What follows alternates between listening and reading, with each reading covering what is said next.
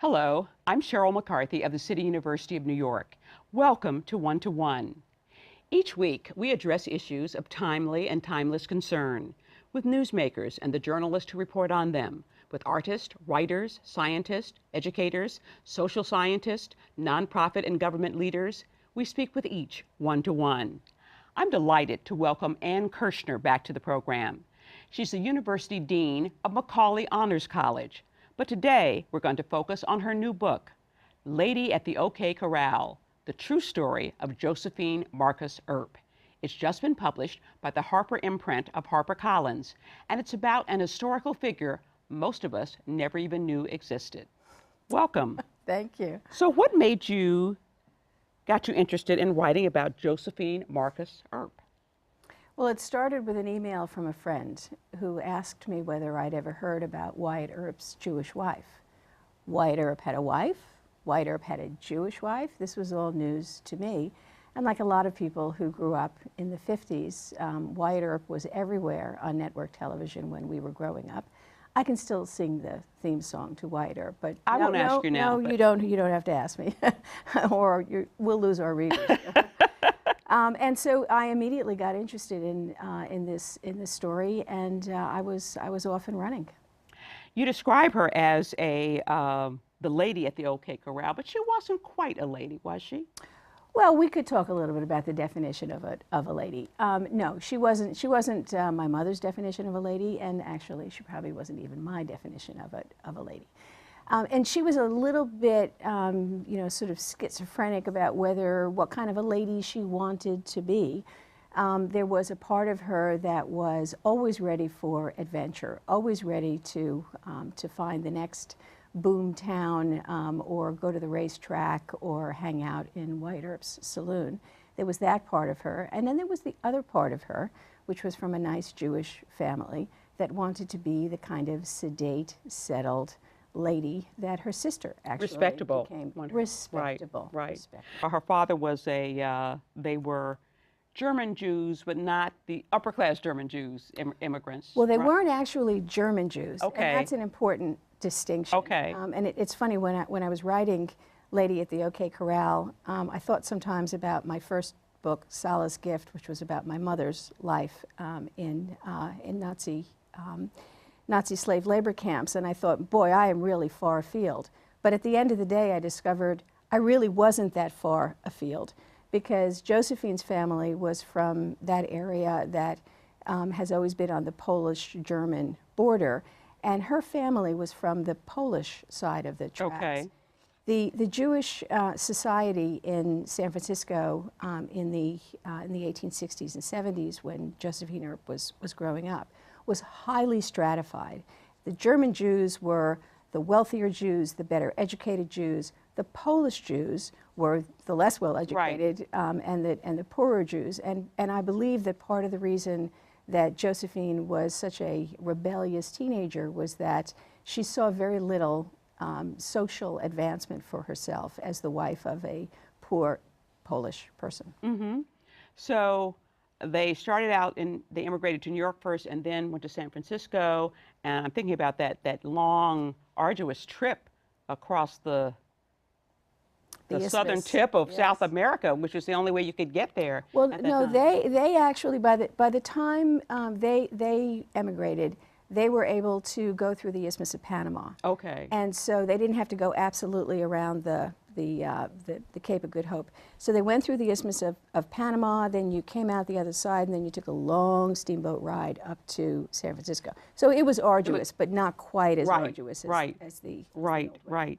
So they're in San Francisco, and her father's, he's still a baker, not a very successful baker. And Josephine, I guess around 19, she first runs away with an acting troupe. Yes. They go off to Arizona. They do Gilbert and Sullivan. And the troupe falls apart once they get out there, so she comes back home. But while she was out there, she had met this sheriff. What was his name? Johnny Bean. Johnny Bean. And he lures her back out there with promises of marriage. So then she goes back out to San Francisco. Does this not the kind of things that maybe like a proper Jewish girl would do. And I'm amazed that her parents allowed her to do it. Or maybe the social strictures were not as rigid as we think when you were living in the West I at that think time. they were. I think really? they were. Yeah, I think they were. I think Josephine's nature was, she was very outgoing, and she was very definite. And I think she was a handful.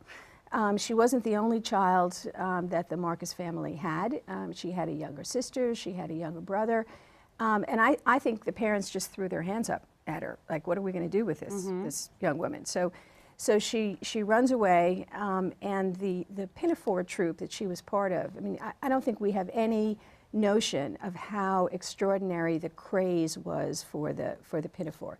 Like the Beatles, you know, like Justin Bieber, I mean, just insanely popular. So she runs away, she meets Johnny Bean, as you describe, and I think that, that her family, they never washed their hands of her because she never, you know, gave up on them, nor did they give up on her. But I think they decided that keeping her within the very restrained world of their Jewish community, that was over. Okay. She was out of there. Okay. So she's out in Arizona, and Johnny turns out to be a not very reputable character. He doesn't marry. They're living together, but he doesn't marry her, seems in no hurry to marry her. He was a dirty dog. He was a dirty dog. Yes. He was a dirty dog. So somewhere about the time that she gets to Tombstone, which is one of these boom towns, and it was Silver. Yes, Silver mining boom. That was okay. So right around the time that she's getting there, Wyatt Earp and his brothers are also coming to town, and they're a family of Wyatt's sort of like an itinerant buffalo hunter, peace officer, owner of saloons and brothels, gambler, horse racer, and they get there around the same time. And how do he and Josephine get together? Well, so here's what I think. Josephine is living in Tombstone as Mrs. Bean. Everyone refers to her as Mrs. Bean. She picks her mail up as Mrs. Bean. She sends money orders as Mrs. Bean. But she figures out that Johnny's, what was my technical term? A dirty dog. A dirty dog, right. So she figures this out. And I believe she either throws him out of the house or she leaves. I think she throws him out of the house. He, by the way, had a young child. And so she was serving not only as his mistress, but she was the caretaker for this young boy. And she quite cared for the young boy. They developed a lifelong relationship. So she realizes that it's over with Johnny. Wyatt is there with his three brothers and a more handsome quartet of young men you would never want to see. Wyatt is at about this point 30 years old. He's 6 foot tall, you know, the sort of standard Western mustache, blonde hair, blue eyes, devastatingly handsome. And I believe they met at the local newsstand. And Wyatt had a wife at the time, and that's where the complications began. Okay. So they start up a relationship, and at some point in here, on a momentous day, October 26, 1881, Wyatt, two of his brothers, and Doc Holliday engage in a shootout with 4 cowboys outside the OK Corral.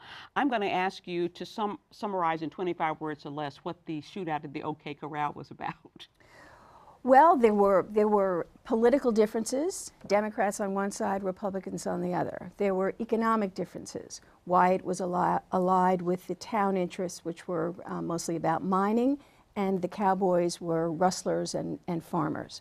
There were philosophical differences. Wyatt and his group were creating cities out of the West, and the cowboys and rustlers were in favor of the sort of rugged individualism of the land.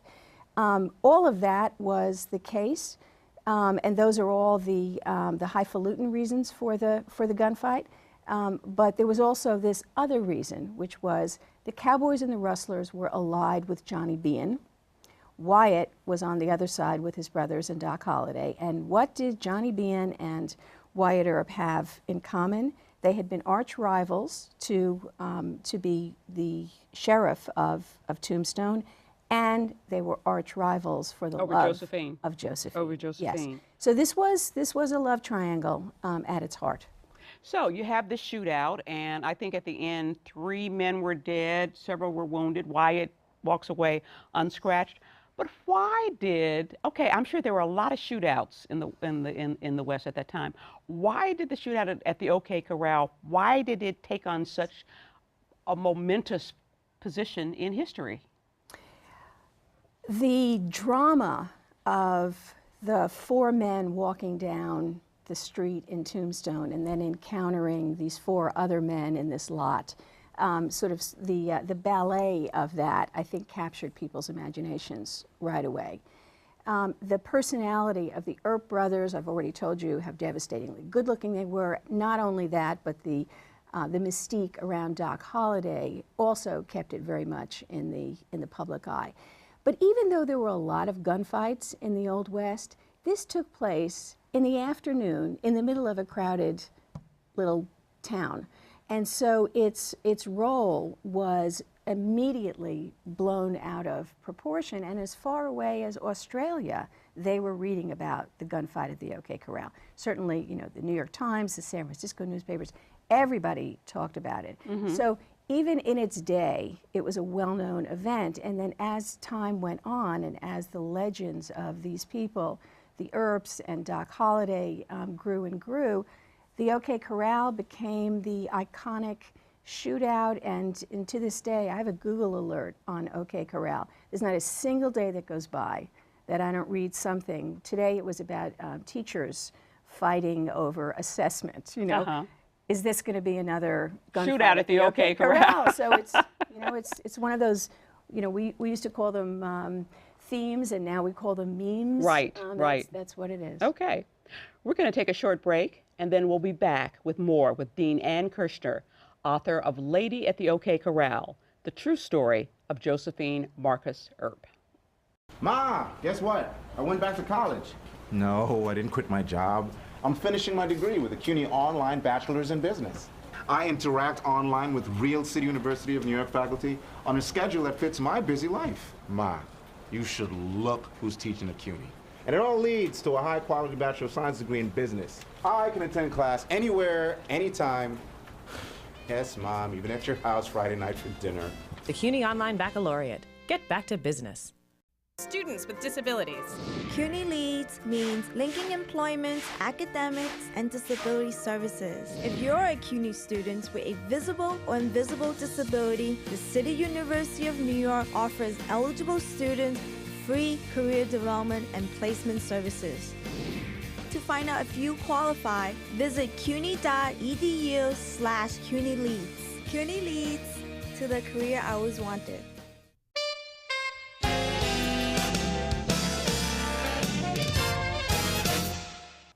Welcome back to One to One. I'm Cheryl McCarthy of the City University of New York, and I'm talking with Ann Kirschner, University Dean of Macaulay Honors College and author of Lady at the OK Corral, the true story of Josephine Marcus Earp. It's just been published by the Harper imprint of HarperCollins.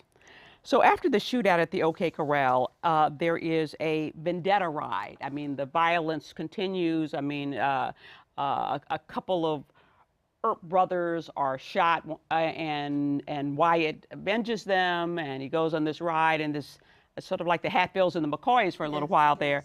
And we know that he, in the process of this, he kills at least 3 men, and then it sort of dies down. And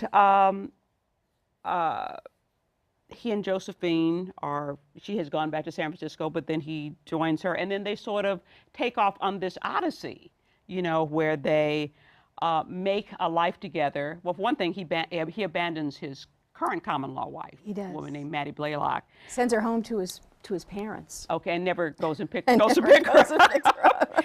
And but Josephine and Wyatt make a life on the road, moving from place to place in search of the newest boomtown where they can make some money. You know, what were some of the places they wound up, and what were some of the kinds of things they did to make money? They went from when they left her parents' home, and can you imagine what it was like when Wyatt Earp comes to pick her up at home? But they let her go, and they went first to Salt Lake City, and then they went to Idaho, where there was a boom town in Coeur d'Alene. And then they went to Nevada, they went to Texas, they went all around the Western territories. They spent a long period of time, about 3 years, in San Diego, and then another long stint in San Francisco. Wyatt made his living mostly as a saloon keeper, sometimes dabbling in brothels as well, and also being a miner. But what I found so extraordinary was that from the time they got together in 1881, really until he died, they never had a permanent home. They never stayed any place, you know, for very long. They simply followed the mines and the saloon keeping opportunities where they found them. And so these were people for whom adventure just never stopped. It was the oxygen that kept them going. Is there any indication that Josephine ever worked as a prostitute? Yes, there's a lot of controversy about that. And there was a woman who had been a prostitute in Tombstone whose name was Sadie Mansfield, and Josephine's nickname was Sadie. And there has been some speculation that Josephine and Sadie Mansfield were one and the same. Everything I've seen, as well as my gut instinct and what I now feel I know of my biographical subject, tells me that no, they were not one and the same. But I have no doubt that in years to come there will be new speculation and probably new information that comes to light. Sometimes they lived in desert camps. Yes. What was that about? And what was the allure of the desert? We see that's again that sort of ambivalence that I always feel in Josephine. She wanted to be a lady. She wanted to wear nice clothes, but she was also capable of living out in the desert for months at a time. And I have been to the spot near Earp, what's now called Earp, California, where they lived. And let me tell you, you weren't wearing mascara in this place. I mean, and they were basically camped out? They were camping out. There was nothing there, absolutely nothing there. This was not a, you know, an RV camp. This was a real desert camp. And they would live there for months at a time. For the last 10 years of Wyatt's life, they followed this circuit between Los Angeles, Oakland, where her family was, and the desert camp. And mostly they were playing down the fortune that they had made during the one time when they really were rich, which was in 1900 in the gold rush of Nome, Alaska, which was in some ways my favorite part of. Well, let's talk about that. One of the places on their way to Nome, they wound up in Rampart. Yes. And they spent the winter there, and this was really a kind of homey place for them, a real community kind of place for them, where they found acceptance, and she was cooking and entertaining people. And I think it was the happiest winter of her life in this crazy, out-of-the-way, tiny little town of Rampart. Nobody cared whether they were common law, man and wife, or any of that. Nothing really mattered. It was a totally democratic place. And Josephine kept house for the first time, and she put curtains on the windows, and she polished off her cooking skills. So this was a very happy time for them. But it didn't last, because they had come to Alaska to make money, not to make friends. And so when the thaw came in 1899, they picked up and went to where everybody was talking about, which was Nome, Alaska. Where people were finding gold on the beach. On the beach, on the public in the water. Beach. Yes, on the sand. And I've been there. It's a really remarkable place. You could take a little pan and you could go out to the sand on the Bering Sea and go like this, and gold would appear. I mean, really, this is out of a science fiction book.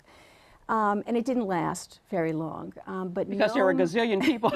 There exactly, were a gazillion people on the beach. Yeah. But that was the center of the universe, Nome, 1900. But even after the gold was gone, they made a lot of money. Wyatt opened a very popular saloon there, yes, right? The Dexter. The Dexter was the most popular place in town. They had prize fights there, and his job was, as he would put it, to mine the miners, i.e. to make money on alcohol and women. They also got into, at some point, into horse racing. Yes, yes. They owned loved horse racing. horses They were, they had a very distinguished stable. They had some of the best jockeys in town, and they had their own colors and everything else. Now, was that in San Diego, Francisco. or was that, where was that? It was it was in San Diego and San Francisco, and there was a whole racing circuit in California at this time. But they went as far as Chicago. In 1893, Wyatt raced his horses in Chicago. And Josephine was a big gambler. Josephine was to some extent an uncontrolled gambler. This was really this was a side of her that Wyatt didn't particularly like, because he knew that he was a professional gambler. So for him, it was about making money. Right. Josephine loved the risk of it, and had to be slapped down a couple of times, not literally. Right. It's not as far as I know. But. Right. How does Prohibition affect them, or did it? I mean. Prohibition affected them profoundly, and here's where, from a social history point of view, I found this era so interesting. Wyatt made his living as a gambler, saloon keeper, and brothel keeper.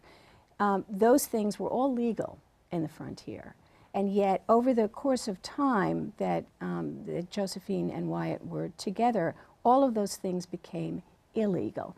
And so when Prohibition came in, Wyatt pretty much lost his ability to earn a living, and their affairs just spiraled down from there. Right. So they wind up back in San Francisco, sometimes living with Josie. She had a very middle-class sister, you know, well-off sister, sometimes living with her. They acquired a modest bungalow, live there. They're getting older.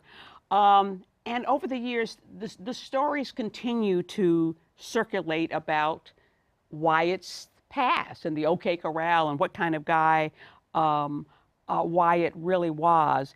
And Josephine seems to have two main concerns: hiding the fact that she had been the mistress of Johnny Behan, and hiding the fact that after she went off with Wyatt, his previous common law wife committed suicide. She did. These are her secrets that she's just determined to keep from coming out. Yes. So they decide that they want to put their own story out there. They get a friend of theirs, John Flood, to try to write the Wyatt Earp story. He toils on it mightily for years, but is never really able to bring it off because he's not really a writer. But other books start coming out about Wyatt Earp and the legend. And one of the most successful, fabulously successful, was a book by Stuart Lake called Frontier Marshal. And he hints in the book about the love triangle, but he doesn't mention Josephine's name, right? Never mentions Josephine until the very end of the book, where he describes a beautiful domestic scene of Wyatt Earp, successful businessman, with this woman, Josephine Marcus Earp, the daughter of wealthy German merchants. So none of it was true. That was just a total whitewash. But this became the obsession of Josephine's later life, to control the image of Wyatt Earp. She didn't want us to know about Maddie, the former wife, who had become a prostitute and a drug addict and then eventually killed herself, and she certainly didn't want us to know that Josephine, had been with Johnny Behan before Wyatt Earp. So she's got all these skeletons in her closet, and what's that famous quote from George Bernard Shaw? If you've got skeletons in your closet, you better teach them to dance. So Josephine's way of dealing with the skeletons is to invent this other whitewashed narrative, and try and make Wyatt Earp a Sunday school teacher, as others said, that he would be, that yes, he had been a lawman, but always on the side of the law. And the vendetta, well, we just won't talk about the vendetta, and we should think of him as a successful businessman and a miner. That's how she really. But she was never totally successful with that. I mean, did the real scandal, and we're almost out of time, did these secrets ever come out? Not in her lifetime. Okay. The secrets never came out in her lifetime. They were not known until the 50s. And she wasn't successful in suppressing all the violence of Wyatt's past, but she was successful in burnishing his image so that I would be a child in the 1950s watching the story of Wyatt Earp, brave, courageous, and bold. So I think we can say that to that extent, she did succeed. Very interesting book, and as I said, who knew? I'm afraid we're out of time. I want to thank Dean Ann Kirchner for joining us today. Her book, Lady at the OK Corral, The True Story of Josephine Marcus Earp, has just been published by the Harper imprint of HarperCollins. For the City University of New York and One to One, I'm Cheryl McCarthy.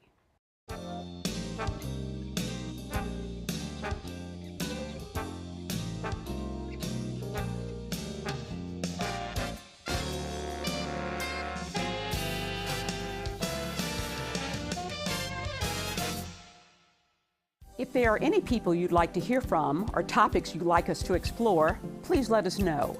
You can write to me at CUNY TV, 365 Fifth Avenue, New York, New York, 10016, or you can go to the website at cuny.tv and click on Contact Us. I look forward to hearing from you.